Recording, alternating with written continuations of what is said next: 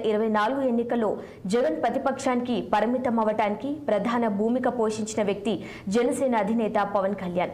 2019 ఎన్నికల్లో తాను ఒంటరిగా పోటీ చేయటం వల్లనే ఏపీలో వైసీపీ ప్రభుత్వం అధికారంలోకి వచ్చిందని, దాని ఫలితంగా 5 ఏళ్లుగా రాష్ట్ర ప్రజలు విధ్వంస పాలన అనుభవించాల్సి వచ్చిందని భావించిన పవన్ 2024 ఎన్నికల్లో వైసీపీ వ్యతిరేక ఓటు చిలకనివ్వకునా అంటూ ప్రతిజ్ఞ చేసి దానికి తగ్గట్టుగా ఒక్కో అడుగు వేసుకుంటూ టీడీపీతో పొత్తు మొదలుకొని బీజేపీతో సమన్వయం వరకు అన్ని తానే నిలిచారు.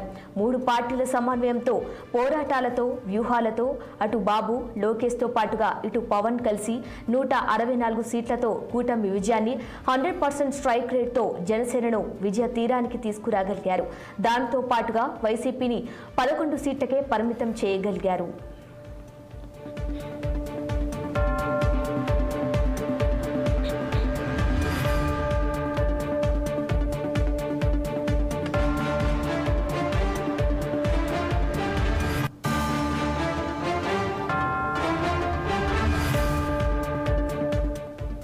అయితే గత ఎన్నికల్లో మాదిరిగానే ఈసారి కూడా పవన్ కళ్యాణ్ ఎలా అయినా ఓడించి అసెంబ్లీ గేటు తాకకుండా చేయడానికి జగన్ తన దగ్గర ఉన్న అన్ని అస్త్రాలను వాడారు.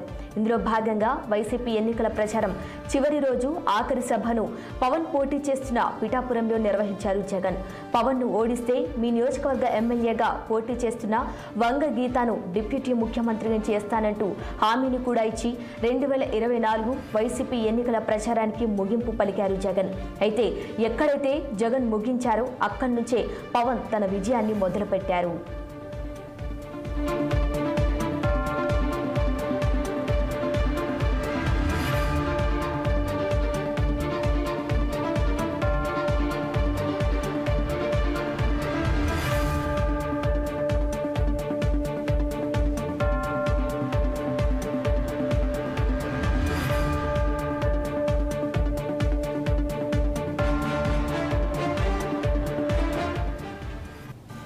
గత ఎన్నికల్లో పోటీ చేసిన 130కి పైగా స్థానాల్లో జనసేన కేవలం 1 సీటును దక్కించుకోగలిగినప్పటికీ దానిని కూడా వైసీపీ హస్తగతం చేసుకోవడంతో గత అసెంబ్లీ సభలో జనసేన తన గలం వినిపించలేకపోయింది. ఇక జనసేన పార్టీకి సమాధి కట్టేశామని భావించిన జగన్కు 2024 ఎన్నికల్లో పిఠాపురం నుంచే పవన్ తన తొలి విజయాన్ని అందుకున్నారు. అలాగే జగన్ చెప్పినట్టుగానే పిఠాపురం ఎమ్మెల్యేకు రాష్ట్ర ఉప ముఖ్యమంత్రి పదవి కూడా దక్కింది. దీంతో ఇప్పుడు జరగబోయే ఏపీ అసెంబ్లీ సమావేశాలు హాట్ టాపిక్ గా మారాయి.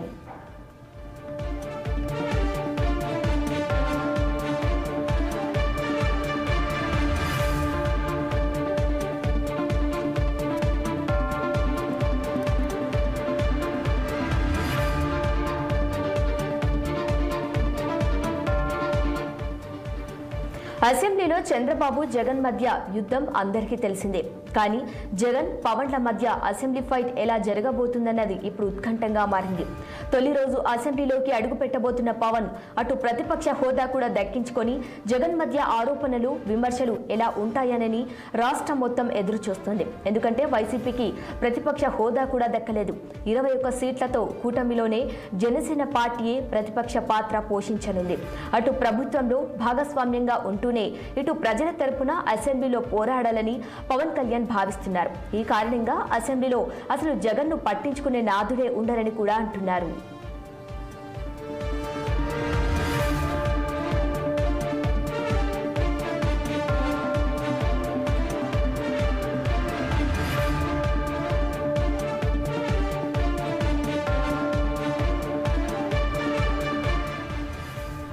పవన్ పేరు కూడా పలకటం ఇష్టం లేని జగన్ అసెంబ్లీలో పవన్ ను ఎలా ఎదుర్కొంటారన్నది ఆసక్తిగా మారింది. గత ప్రభుత్వంలో ఏమైనా అవకతవకలు జరిగితే దాన్ని పవన్ ప్రశ్నిస్తే జగన్ నుంచి సమాధానం ఎలా వస్తుందోనని ఎవరికి వారు ఊహించేసుకుంటున్నారు. మరికొన్ని రోజుల్లో జరగబోయే ఏపీ అసెంబ్లీలో జగన్ పవన్ మధ్య జరిగే సంభాషణ కోసం ప్రజలే కాదు ప్రజాప్రతినిధులు సైతం ఎదురు చూస్తున్నారు.